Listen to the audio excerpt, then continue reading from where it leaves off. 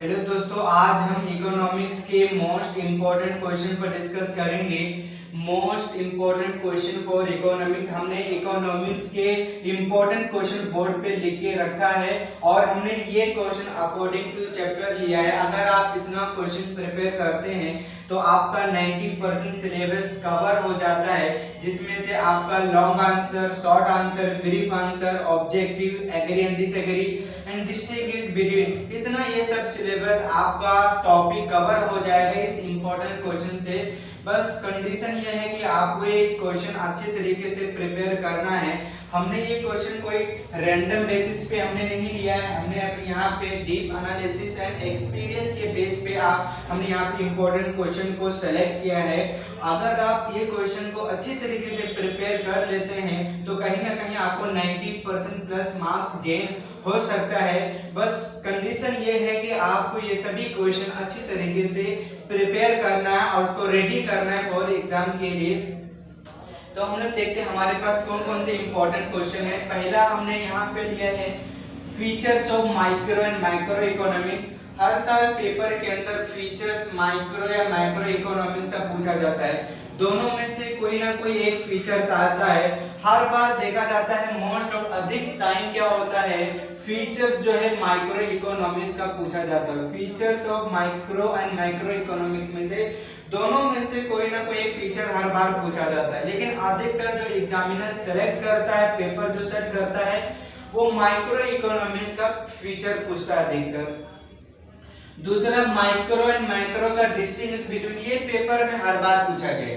Micro and micro का जो distinguish between है, ये 2 मार्क्स के लिए हमेशा पेपर में पूछा गया है, तो ये क्वेश्चन आपको अच्छी तरीके से प्रिपेयर करना है। उसके बाद तीसरा क्वेश्चन हमारे पास है फीचर्स ऑफ यूटिलिटी। हमारा तीसरा क्या पॉइंट है, फीचर्स ऑफ यूटिलिटी। ये क्वेश्चन हमारे बोर्ड एग्जाम में अधिकतर पूछा गया है। उसके बाद फोर्थ पॉइंट हमारे पास क्या है, फोर्थ टॉपिक क्या है हमारे पास, relationship between total utility and marginal utility. Relationship जो है टोटल एंड मार्जिनल यूटिलिटी में क्या रिलेशन है, इसके ऊपर हमारा एग्जामिनर क्वेश्चन पूछता है हमारे बोर्ड एग्जाम में। और फिफ्थ क्वेश्चन हमारे पास क्या है, law of diminishing marginal utility with assumption and exception. तो लॉ ऑफ डीएमयू, जो डीएमयू का जो है अजम्पशन, लॉ मींस डीएमयू का जो लॉ है, चाहे वो अजम्पशन पूछ सकता है चाहे एक्सेप्शन पूछता है पेपर में, तो दोनों में से कोई, मतलब एट अ टाइम पे दोनों एक साथ नहीं पूछा जाएगा, अजम्पशन और एक्सेप्शन। आपसे पूछा जाएगा law of diminishing marginal utility with assumption, या ऐसा पूछ लिया अगली बार पेपर में law of diminishing marginal utility with exception. तो पेपर में कुछ इस तरह ही पूछा जाता है, दोनों एक साथ नहीं पूछा जाएगा। उसके बाद 6 हमारे पास क्या, law of demand with assumption and exception. तो हमारा जो सबसे इंपॉर्टेंट क्वेश्चन है, ये क्वेश्चन को मैं अधिक मार्क करके रखता हूं क्योंकि ये पेपर में पूछा जाएगा law of demand with assumption या एक्सेप्शन। दोनों में से कोई ना कोई एक पूछा जाएगा, चाहे आपसे अजम्पशन पूछे चाहे आपसे एक्सेप्शन पूछे। तो ये क्वेश्चन आपको प्रिपेयर करना है, law of demand with assumption या एक्सेप्शन, ये पेपर में पूछा जाता है अधिकतर। डिमांड में से एक क्वेश्चन लॉन्ग आंसर के लिए प्रिपेयर होगा, रेडी होगा यहाँ से, तो हमको ये तैयार करना है क्वेश्चन पेपर के लिए अपने।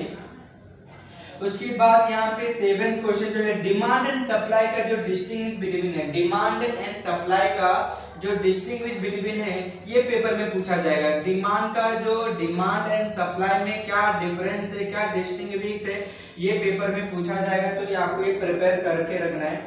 उसके बाद हमने देखी 8 and 9 question agree and disagree करके लिख के रखा हमने यहाँ पे। 8 और 9 जो क्वेश्चन हमारा है एग्री एंड डिसएग्री, पेपर में आप जानते हैं हमको 5 में से 3 क्वेश्चन लिखना रहेगा एग्री एंड डिसएग्री, जिसमें आपको टॉपिक दिया जाएगा, वहां से आपको एग्री होना पड़ेगा। एग्री है तो क्यों एग्री है, आपको उसका रीजन देना पड़ेगा। अगर आप डिसएग्री हो क्वेश्चन से तो क्यों डिसएग्री, उसका आपको रीजन देना पड़ेगा। तो हमने यहाँ पे 2 ही क्वेश्चन लिखे रखा है जो पेपर में मोस्ट इंपोर्टेंट पूछा जाएगा। पहले देखिए पॉइंट क्वेश्चन हमारे पास क्या है, demand curve slope downward from left to right. Demand curve slope downward from left to right, यहां तक एक क्वेश्चन पूछा जाएगा। या उसी क्वेश्चन को घुमा के भी पूछ सकते हैं हम लोग। यहाँ पे देखिए demand curve has a negative slope, means यहाँ से दो क्वेश्चन तैयार होता है और दोनों का आंसर सेम रहेगा। जैसे कि demand curve slope downward from left to right, demand curve slope downward from left to right, या हमने यहाँ पे देखिए और लिख के रखे हैं, या इस तरह पूछा जाएगा demand curve has a negative slope. इस तरह स्टेटमेंट आपको क्वेश्चन पेपर में देखेगा और आपको वहां पे देखना पड़ेगा कि आप उस स्टेटमेंट से एग्री हैं कि डिसएग्री हैं। एग्री रहेंगे तो क्यों एग्री उसका रीजन देना पड़ेगा, अगर आप डिसएग्री हैं तो क्यों डिसएग्री हैं आपको उसका रीजन देना पड़ेगा। उसके बाद देखिए नाइन्थ क्वेश्चन ये भी इंपॉर्टेंट है एग्री एंड डिसएग्री के लिए कि there is inverse relationship between price and quantity demand. There is inverse relationship between price and quantity demand. ये भी हमारे बोर्ड एग्जाम में हमसे पूछा जाएगा कि there is inverse relationship between price and quantity demand. ये क्वेश्चन किस में पूछा जाएगा, एग्री एंड डिसएग्री में पूछा जाएगा। उसके बाद हमारा 10th क्वेश्चन कौन सा हमारे पास, types of price elasticity of demand. Types of price elasticity of demand क्या है हमारे पास, ये पूछा जाएगा types of price elasticity of demand, जिसमें हमने देखा होगा कि आपके पास यहाँ पे 5th टॉपिक रहेगा वहां पे, जिसमें आपका यूनिटरी इलास्टिक डिमांड है, परफेक्टली इलास्टिक डिमांड है, परफेक्टली इलास्टिक डिमांड है, रिलेटिवली इलास्टिक है, रिलेटिवली इनइलास्टिक है। उसको आपको क्या मैंने अपने टॉपिक में अगर आप हमारे प्लेलिस्ट में जाएंगे हमारे चैनल पे, तो हमने वहां पे types of price elasticity of demand को अच्छी तरीके से एक्सप्लेन किया है, जिसमें आपको मीनिंग, आपको एग्जांपल, आपका सिंबल, डायग्राम, उसका स्लोप कर्व अच्छी तरीके से आपको प्रिपेयर करेंगे।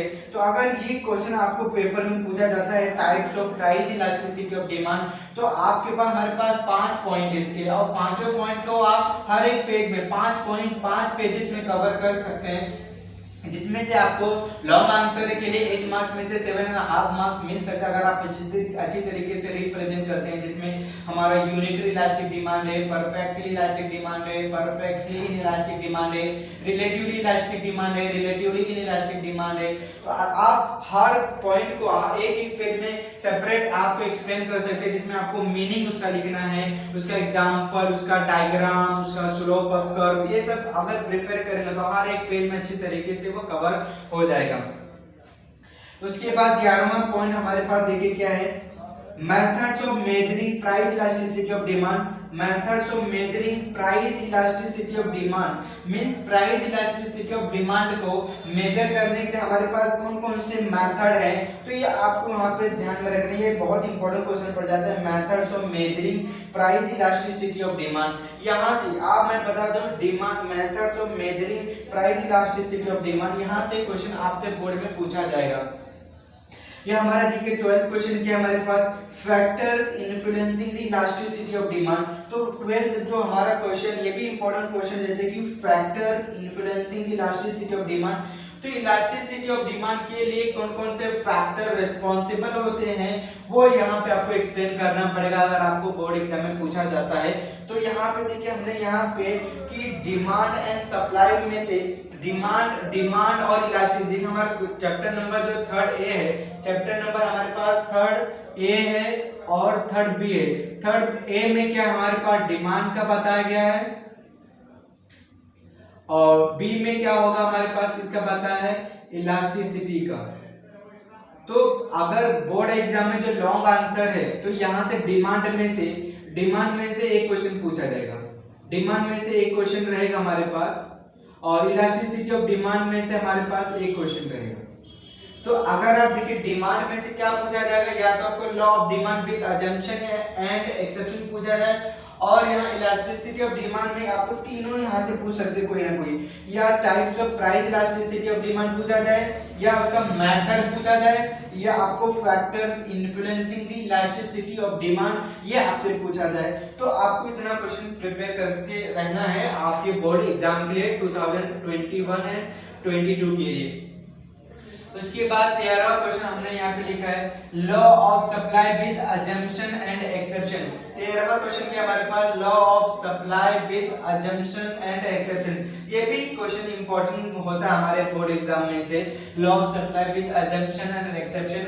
और हमने यहाँ पे देखिए 14 और 15 जो क्वेश्चन हमने लिखे रखा है यहाँ पे एग्री एंड डिसएग्री करके हमने क्वेश्चन लिखे रखा है। जैसे कि एग्री या डिसएग्री में ऐसा सवाल पूछ सकते हैं आपसे, the supply curve has a positive slope, supply curve has a positive slope, या आपसे इसे पूछा जा सकता है कि the supply curve slopes upward from left to right, the supply curve slopes upward from left to right। तो ये क्वेश्चन जो है एग्री एंड डिसएग्री में पूछा जाएगा आपसे, ये कि क्या पूछा जाएगा, the supply curve has a positive slope, या उसी क्वेश्चन को दूसरी तरीके से घुमा के पूछ सकते हैं आपसे कि the supply curve slopes upward from left to right से पूछ सकते हैं। या 15वां जो क्वेश्चन, ये भी इंपॉर्टेंट है बोर्ड एग्जाम के लिए, जो कि एग्री एंड डिसएग्री में पूछा जाएगा आपके लिए कि the supply curve of labour is backward bending, the supply curve of a labour is backward bending. ये क्वेश्चन जो है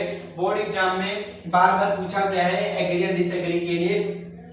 अगर आप देखेंगे कि लॉ ऑफ सप्लाई जो हमारा 4th चैप्टर है, सप्लाई का जो एक्सेप्शन है, वहां लेबर के केस में हमारा लॉ ऑफ सप्लाई एप्लीकेबल नहीं होता, क्योंकि वहां पे लेबर का अगर आप पढ़े होंगे वहां पे चैप्टर नंबर 4 में, तो वहां पे अगर आपको चैप्टर अच्छे तरीके से समझ में आया होगा तो यहाँ पे जो था supply curve of labour is backward bending जो है, इस क्वेश्चन को आप अच्छी तरीके से रिप्रेजेंट कर सकते हैं आप अपने आंसर बुक के अंदर।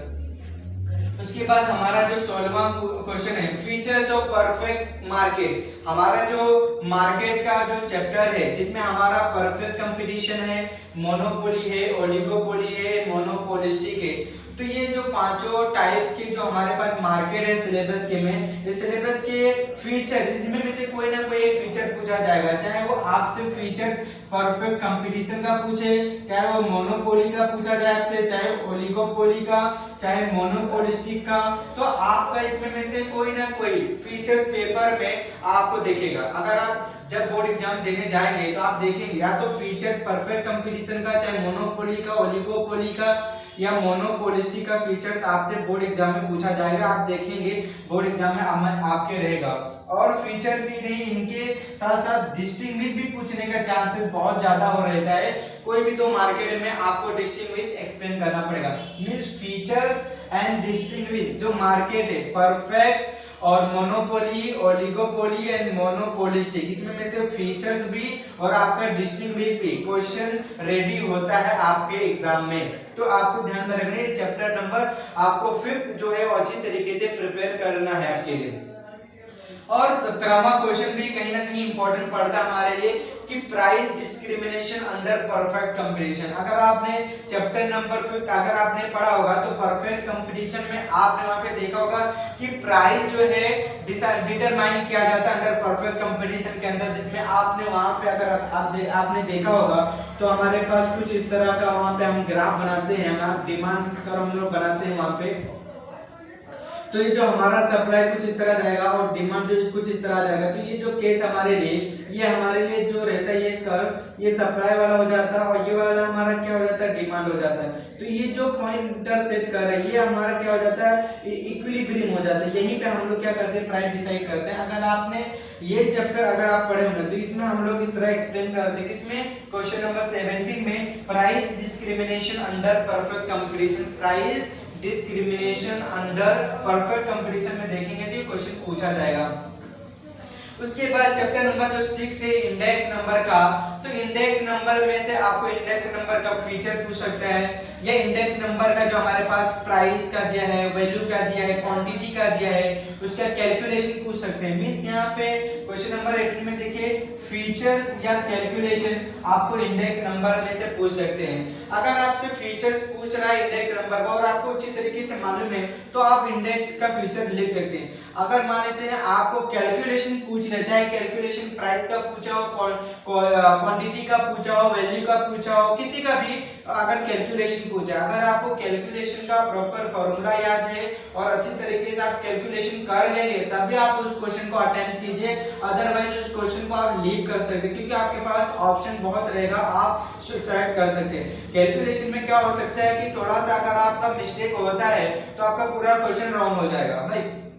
तो अगर आपको कॉन्फिडेंस 100% विश्वास है कि आप इस क्वेश्चन का आंसर निकाल सकते हैं, फाइंड आउट कर सकते हैं, तभी आप उस क्वेश्चन को अटेम्प्ट कीजिए, अदरवाइज उसको लीव कीजिए। क्योंकि अगर बीच में अगर आपका रॉन्ग हो जाता है तो आपको मार्क्स लॉस हो जाएगा क्योंकि आपको मार्क्स प्रॉपर नहीं मिल पाएगा, क्योंकि जो एग्जामिनर है वो आपका सबसे पहले वो आंसर को देगा, अगर आंसर राइट है तभी आपको मार्क्स देगा, आंसर राइट नहीं तो मार्क्स नहीं दे पाएगा। इसलिए मैं आपको एडवाइस करूंगा अगर आपको कैलकुलेशन अच्छी तरीके से आता है तो अटेम्प्ट कीजिए, अदरवाइज नहीं आता है तो आप थ्योरी पार्ट को आप सेलेक्ट कर सकते हैं। 19th क्वेश्चन में हमसे ये पूछा जाएगा, explain the steps in constructing index number of price value quantity, means explain the steps पूछ सकते हैं, स्टेप्स इन कंस्ट्रक्टिंग, स्टेप्स बोलते हैं जो कंस्ट्रक्ट किया जाता है इंडेक्स नंबर में, चाहे वो प्राइस का हो, चाहे वो वैल्यू का हो, चाहे वो क्वांटिटी का हो, तो उसका स्टेप पूछ सकते हैं आपको इंडेक्स नंबर के अंदर, या तो इंडेक्स नंबर का फीचर, उसका कैलकुलेशन, या उसका स्टेप्स कंस्ट्रक्टिंग। कहां गया हमारा क्वेश्चन, स्टेप्स इन कंस्ट्रक्टिंग का पूछ सकते हैं उन लोग। और हमारा 20 क्वेश्चन जो है हमारा 20वां क्वेश्चन क्या है, फीचर्स ऑफ नेशनल इनकम। ये क्वेश्चन इंपॉर्टेंट पड़ता है आपको, नेशनल इनकम का जो चैप्टर है फीचर्स ऑफ नेशनल इनकम आपसे पूछ सकते हैं बोर्ड एग्जाम में। और उसका सबसे मोस्ट इंपोर्टेंट हमारा क्वेश्चन क्या है यहाँ पे कि 21 का methods of measuring national income, means हमारे पास कौन सा methods of measurement of national income, कि नेशनल इनकम को मेजरमेंट करने के लिए, उसे कैलकुलेट करने के लिए हमारे पास कौन कौन से मेथड है। तो आप अगर आप हमारे चैनल पे विजिट करेंगे तो वहां पे देखिए हमने बताया है एक कितने मेथड है, 3 मेथड है, एक आउटपुट मेथड है, एक इनकम मेथड है एंड लास्ट जो एक्सपेंडिचर मेथड है। तो ये भी क्वेश्चन इंपॉर्टेंट पड़ता है, यहाँ पे मैं मार्क रखता हूँ क्योंकि ये क्वेश्चन बोर्ड एग्जाम में पूछा जाएगा कि methods of measurement of national income, ये तीनों मेथड एट अ टाइम पे नहीं पूछा जाएगा, 2 मेथड एक साथ पूछा जाएगा। इसको आउटपुट मेथड या इनकम मेथड पूछे, आउटपुट मेथड या एक्सपेंडिचर मेथड पूछे, तीनों मेथड में से कोई ना कोई एक पूछा जाएगा। और साथ में एक क्वेश्चन और इंपॉर्टेंट पड़ता है हमारे पास 22 क्वेश्चन के लिए कि difficulties in the measurement of national income, क्या difficulties in the measurement of national income, national income को मेजरमेंट करने के लिए, उसे कैलकुलेट करने के लिए हमारे पास क्या डिफिकल्टीज आता है, वो आप वहां पे आपको बोर्ड एग्जाम में पूछा जाएगा, जो कि 2 तरीके से डिफिकल्टी आता है, एक थियोरेटिकल डिफिकल्टीज है, एक प्रैक्टिकल डिफिकल्टी। तो आपको वो अच्छी तरीके से प्रिपेयर करना है। Difficulties in the measurement of national income, कि नेशनल इनकम को मेजरमेंट करते टाइम हमारे पास कौन से प्रॉब्लम या कौन कौन से डिफिकल्टीज आ सकते हैं, ये भी बोर्ड एग्जाम में आपसे पूछा जाएगा। और 23 क्वेश्चन जो हमारे पास public expenditure and public revenue में हमारे पास 23 क्वेश्चन क्या है हमारे पास, पब्लिक एक्सपेंडिचर या पब्लिक रेवेन्यू, इसमें में से कोई ना कोई एक पूछ सकते हैं आपसे। एंड हमारा 24 जो क्वेश्चन है हमारा, role of money and capital market India, role of money market and capital market का हमारे इंडिया में क्या रोल है, ये भी इस टॉपिक के ऊपर क्वेश्चन पूछ सकते हैं हमारे पास, role of money market and capital market India में। और साथ साथ में money market and capital market का डिस्टिंग्विश भी पूछा जा सकता है आपसे पेपर में। मतलब क्या है, money market and capital market का इंडिया में क्या रोल है, ये क्वेश्चन इंपॉर्टेंट पड़ता है। और money market and capital market का क्या हो सकता है, आपसे डिस्टिंग्विश पूछ सकते हैं। और हमारे पास जो 26 क्वेश्चन है हमारे पास, role of foreign trade in India, कि फॉरेन ट्रेड का क्या रोल इंडिया में, ये क्वेश्चन आपसे बोर्ड एग्जाम में पूछा जाएगा। तो मैं आपको एकदम कट टू कट पॉइंट पे आ जाऊं, हमारे लिए कौन सा इंपॉर्टेंट क्वेश्चन पड़ जाएगा। तो आप ध्यान में रखिए, law of demand with assumption and exception, ये आपको 101% आपको प्रिपेयर करना है। और आपको साथ साथ में यहाँ से मेथड 11वां क्वेश्चन जो हमारे पास, methods of measuring price elasticity of demand, ये क्वेश्चन बहुत इंपॉर्टेंट पड़ जाता है हमारे लिए कि methods of measuring price elasticity of demand, तो हमारा 11वां क्वेश्चन है, methods of measuring price elasticity of demand. ये क्वेश्चन मोस्ट इंपॉर्टेंट पड़ता है, ये आपको 101% पेपर में पूछा जाएगा लॉन्ग आंसर के लिए, तो ये आपको तैयार रखना है। और साथ साथ में 21 जो क्वेश्चन है methods of measurement of national income, methods of measurement of national income. आप देखेंगे लॉन्ग आंसर जो लॉन्ग आंसर है ना वो आपको चैप्टर नंबर 3 A 3 B से, और साथ साथ में आपको जो नेशनल इनकम का जो चैप्टर है चैप्टर नंबर 7 वहां से आपसे पूछा जाएगा। तो आपको यहाँ पे हमारे पास जो चैप्टर कितने दिए हैं 10th चैप्टर दिए हैं, तो इसमें में से आप कोई चैप्टर को इग्नोर कर सकते हो, ओमिट कर सकते हैं। जैसे कि मैं अगर आपको कहूंगा ओमिट करना अगर आपको रहेगा तो आप कौन कौन से चैप्टर को ओमिट कर सकते हैं आप ध्यान में रखिए। या तो आपको इंडेक्स नंबर कर सकते हैं, इंडेक्स नंबर आप कर सकते हैं ओमिट, और ये आप तो इसके बाद हमारे पास जो मनी मार्केट है, मनी मार्केट जो मनी एंड कैपिटल मार्केट उसको ओमिट कर सकते हैं, या आप तो फॉरेन ट्रेड का वो आप कर सकते हैं। तो मैं आपको अगर आपको बोलूंगा अगर आपको 3 में से आप 2 ही ओमिट कीजिए, ज्यादा ओमिट मत कीजिए, क्योंकि ओमिट करेंगे तो आपको प्रॉब्लम हो जाएगा।